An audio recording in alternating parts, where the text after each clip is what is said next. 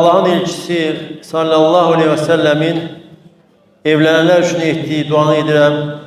Barakallahu leke ve baraka aleyke ve cema'a beynekuma fi xeyr. Allah Teala sizin evliliğinizi xeyirli, bərəkətli eləsin.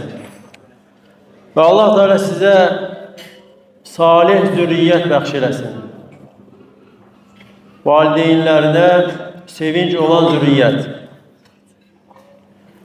Və əgər zürriyyət, övladlar valideynlərinə tabi olarsa, imanda, itaətdə və Allah və Rəsulunun öyrətdiyi yolla yaşasalar və qiyamət günü də o zürriyyət, o övladlar valideynlərinin yanında olur.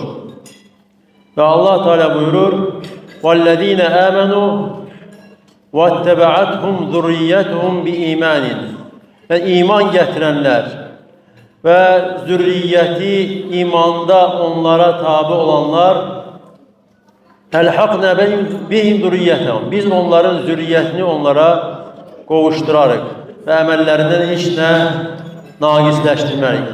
Hətta övladın əməli az olsa da, iman əhlidirsə, salih əməl əhlidirsə, cənnətdə valideynlərinə qovuşur. Və bu da imanın, Allaha iman etmək, Allah və Rəsuluna tabi olmağın nə qədər mühüm olduğunu bildirir. Çünki dünyadan nə qədər yaşasan da, yenə hər şeyi tərk edib gedəsiyik.